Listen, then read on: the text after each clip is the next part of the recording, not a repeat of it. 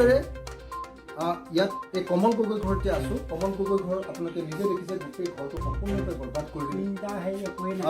পুৰা বৰবাদ কৰি দিলে। 3টা ঘৰ, এটা পাকঘৰ, এটা ভঁৰাল ঘৰ আৰু এটা মূল ঘৰটো। এতিয়া চৰকাৰে কেৱল পাৰ্চিয়েল ডেমেজৰ নামত টকা 4,000 দিব। এইটোতো নহ'ব, কাৰণ তাৰ ভিতৰত আপোনালোকে নিজে দেখিছে ভিতৰত থকা ধানবিলাক নষ্ট হৈ গ'ল।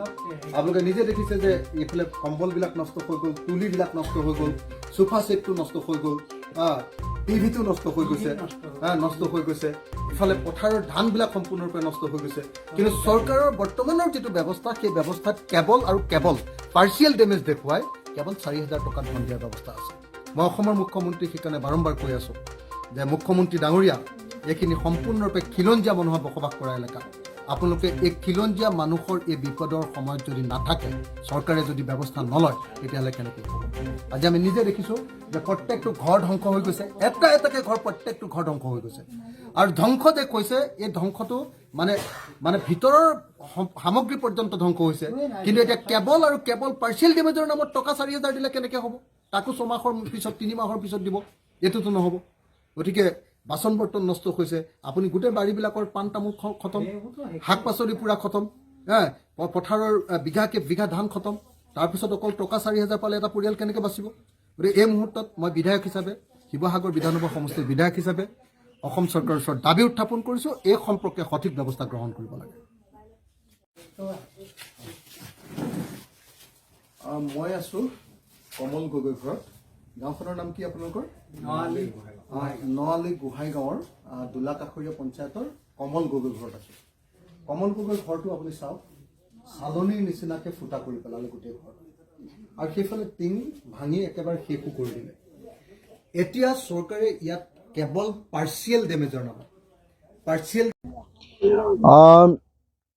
পৰহি যি কালত শিল বৰষুণ আহিছিল, শিল বৰষুণ, যাক হেলষ্টৰ্ম বুলি কয়, সেই হেলষ্টৰ্মে আমাৰ নাজিৰা ৰাজহ চক্ৰ আৰু আমগুৰি ৰাজহ চক্ৰ, শিৱসাগৰ বিধানসভা সমষ্টিৰ 2টা পঞ্চায়ত সম্পূৰ্ণৰূপে ধ্বংস কৰি গৈছে।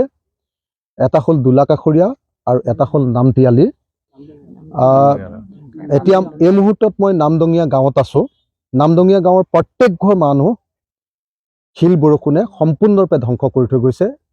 তেখেতসকলৰ ঘৰৰ পুৰা টিংবিলাক ফুটা কৰি পেলাইছে, ভঁৰালবিলাক নষ্ট কৰি পেলাইছে। তাৰ ফলস্বৰূপে ধান নষ্ট হৈছে। পথাৰত যিমান ধান আছিলে, ধানবিলাক সম্পূৰ্ণৰূপে সৰি পৰিলে হেৰিয়াৰ কাৰণে, বৰফ পৰাৰ কাৰণে। আৰু যিমান পাণ গছ আছিলে, পাণ গছ, তামোল গছ, শাক, তাৰপিছত লাও, যিমানবিলাক আছিলে সেই সম্পূৰ্ণৰূপে ধ্বংস কৰি পেলাইছে। আনকি নামঘৰবিলাক ধ্বংস কৰিছে, স্কুল ঘৰ ধ্বংস কৰিছে। আৰু আমি দেখিবলৈ পাইছোঁ যে ঘৰৰ ভিতৰত যিবিলাক আমাৰ কাপোৰ কানি আছিলে, বাচন বৰ্তন আছিলে, কাৰোবাৰ ঘৰৰ বিচনা পত্ৰ আছিলে, আৰু আপোনাৰ সোফা ছেটকে ধৰি যিবিলাক মোবাইল, টিভি, এইবিলাক বস্তু, পানী পাইপ পৰ্যন্ত এইবিলাক সম্পূৰ্ণৰূপে ধ্বংস হৈ গৈছে। গতিকে এই মুহূৰ্তত মই নামদঙীয়া গাঁৱত উপস্থিত হৈ অসমৰ মুখ্যমন্ত্ৰীক আহ্বান জনাইছোঁ, অসমৰ ৰাজহ আৰু দুৰ্যোগ ব্যৱস্থাপনা বিভাগৰ মন্ত্ৰীক আহ্বান জনাইছোঁ, যাতে অনতি বিলম্বে, অকণো দেৰি নকৰাকৈ অসমৰ খিলঞ্জীয়া ভূমিপুত্ৰ এইসকল পৰিয়ালৰ এই দুৰ্দশাৰ সময়ত চৰকাৰে যাতে যথোপযুক্ত ক্ষতিপূৰণ দিয়াৰ ব্যৱস্থা গ্ৰহণ কৰে। তাৎক্ষণিকভাৱে টিংবিলাক সলাবৰ কাৰণে যাতে পইচা দিয়াৰ ব্যৱস্থা গ্ৰহণ কৰে, অথবা যথোপযুক্ত উপযুক্ত কোৱালিটিৰ টিং দিয়াৰ ব্যৱস্থা গ্ৰহণ কৰে। ইতিমধ্যে উপায়ুক্ত SDC সকলক লগত কথা পাতি, আৰু লগতে ডিজাষ্টাৰ মেনেজমেণ্টৰ লগত কথা পাতি আজিৰ দিনটোৰ ভিতৰত সকলো পৰিয়ালক আমি ত্ৰিপাল দিয়াৰ ব্যৱস্থা গ্ৰহণ কৰিছোঁ। কিন্তু ত্ৰিপাল দিলেতো কোনো মানুহ নাবাচে। ত্ৰিপালে কেৱল এই সময়ত বৰষুণ পৰাৰ পৰা বচাব, তাৰ বাহিৰে আন একো উপকাৰ নহ'ব। গতিকে এই মুহূৰ্তত মই অসমৰ মুখ্যমন্ত্ৰী ডাঙৰীয়াক আজি নামদঙীয়া গাঁৱৰ পৰা আহ্বান জনাইছোঁ যে অনতি বিলম্বে প্ৰতিটো পৰিয়ালক ক্ষতিপূৰণ দিয়াৰ ব্যৱস্থা গ্ৰহণ কৰিব লাগে। অসমৰ খিলঞ্জীয়া ভূমিপুত্ৰ এইসকল মানুহৰ এই দুৰ্দশাৰ সময়ত যদি চৰকাৰখন নাথাকে, তেতিয়াহ'লে কেতিয়াও মানি লোৱা নহ'ব। মই মুখ্যমন্ত্ৰীক অনতি বিলম্বে এই কাম আগবঢ়াবৰ কাৰণে অনুৰোধ জনাইছোঁ। ইতিমধ্যে মই ফোনযোগে মুখ্যমন্ত্ৰীক এই কথা জনাইছোঁ।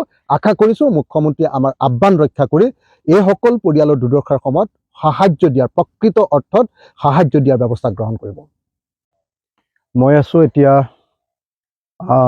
নাজিৰা বিধানসভা সমষ্টি পুৰণি কিন্তু নতুন শিৱসাগৰ বিধানসভা সমষ্টিৰ ভিতৰত দোলাকাষৰীয়া গাঁও পঞ্চায়তত নাজিৰা ৰেভিনিউ চাৰ্কুলৰ এই গাঁওখনৰ নাম নামদঙীয়া কৈৰী গাঁও। নামদঙীয়া কৈৰী গাঁৱত 50 ঘৰ মানুহৰ কৈৰী জাতিৰ লোকসকলৰ আপোনাৰ 50 ঘৰ মানুহৰ পুৰা ঘৰ দুৱাৰ ভাঙি চৰমাৰ কৰিছে। তাৰ উপৰিও মই দোলাকাষৰীয়া পঞ্চায়তৰ উপৰিও নামতিয়ালি পঞ্চায়ত এই দুইটা পঞ্চায়তৰ গাঁওবিলাক ভ্ৰমণ কৰিছোঁ আৰু ভ্ৰমণ কৰি দেখিছোঁ, পৰিদৰ্শন কৰি দেখিছোঁ যে পৰহি ৰাতি হোৱা যি শিলা বৰষুণ, হেইলষ্টৰ্ম, সেই শিলা বৰষুণে সম্পূৰ্ণৰূপে গাঁৱৰ ঘৰবিলাক বিধ্বস্ত কৰি পেলাইছে। টিংবিলাক ফুটাই পেলাইছে। টিংবিলাক ফুটাই মানুহৰ ঘৰৰ ভিতৰত পুৰা বৰফ হৈ গৈছে।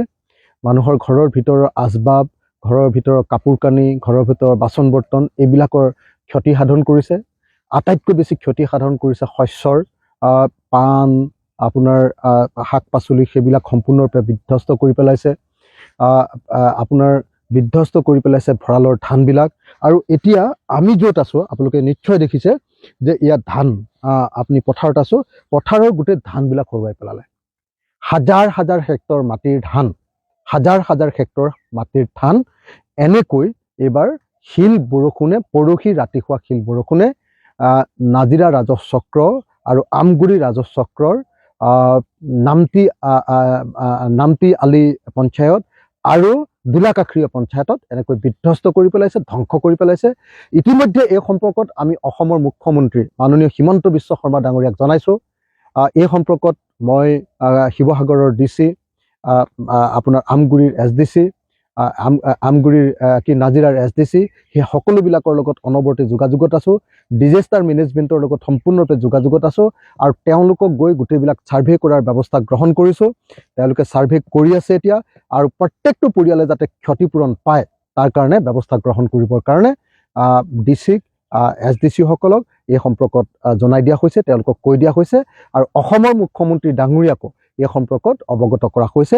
আশা কৰোঁ যে আমাৰ প্ৰতিটো পৰিয়াল যিসকলৰ ক্ষতি হৈছে, প্ৰতিটো পৰিয়ালে যাতে ক্ষতিৰ প্ৰকৃত ক্ষতিপূৰণ, বিশেষকৈ ধানৰ ক্ষতিপূৰণ, ভঁৰালৰ ক্ষতিপূৰণ, ঘৰৰ ক্ষতিপূৰণ, ঘৰৰ ভিতৰৰ আপোনাৰ কি কয় কাপোৰ কানিৰ ক্ষতিপূৰণ, বাচন বৰ্তনৰ ক্ষতিপূৰণ, ফাৰ্নিচাৰবিলাকৰ ক্ষতিপূৰণ, এইবিলাকৰ যাতে ক্ষতিপূৰণ লাভ কৰে তাৰ কাৰণে চৰকাৰৰ ওচৰত দাবী জনাইছোঁ।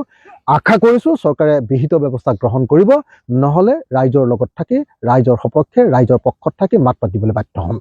আৰু এটা কথা স্পষ্ট কৰি দিব খুজিছোঁ যে আজি 11 বজা 12 বজাৰ ভিতৰতে যিমান ঘৰ মানুহৰ টিং ফুটিছে সকলোকে ত্ৰিপাল দিয়াৰ ব্যৱস্থা গ্ৰহণ কৰা হৈছে।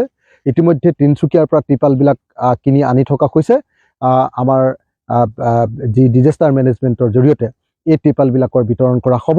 মই সকলো পৰিয়ালে যাতে ত্ৰিপাল পায় আৰু যিসকল বেছিকৈ ক্ষতিগ্ৰস্ত সকলোবিলাক ভাগি গৈছে তেওঁলোকক যাতে 2খনকৈ ত্ৰিপাল অন্তত দিয়া হয় তাৰ কাৰণে প্ৰশাসনৰ ওচৰত মই আহ্বান জনাইছোঁ।